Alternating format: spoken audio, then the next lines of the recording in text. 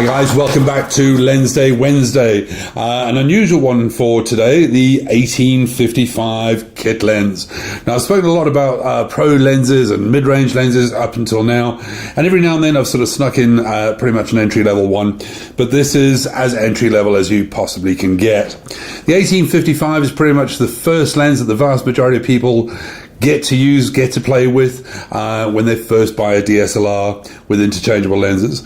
It is a kit lens that is mass-produced by Canon in the absolute millions to all intents and purposes. 1855 first came along with digital cameras back in the early 2000s, and it's been through a couple of modifications since then.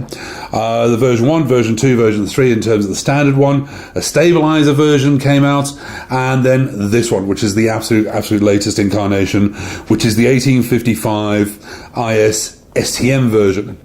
It's a 3.5 to 5.6 in pretty much all incarnations. You might find a 4 to 5.6 in some of the different builds, but overwhelmingly it is exactly what it says on the box. It's a kit lens, cheap, cheerful, great for beginners to start off with to get some incredibly good results. Out of the box, it's not as professional lens by any stretch of the imagination. Having said that, if you know what to do, and the top secret tip behind this particular lens is about getting better quality by using one particular setting.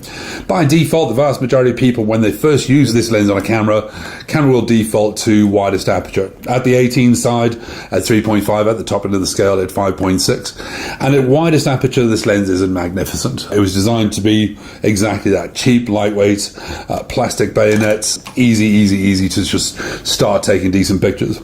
The key secret is this lens performs substantially better at f8. And if I was to say anything to you as far as recommendations for this type of kit lens, when you first start shooting, by all means shoot in program or green mode, whatever you need to do, learn some things about photography first.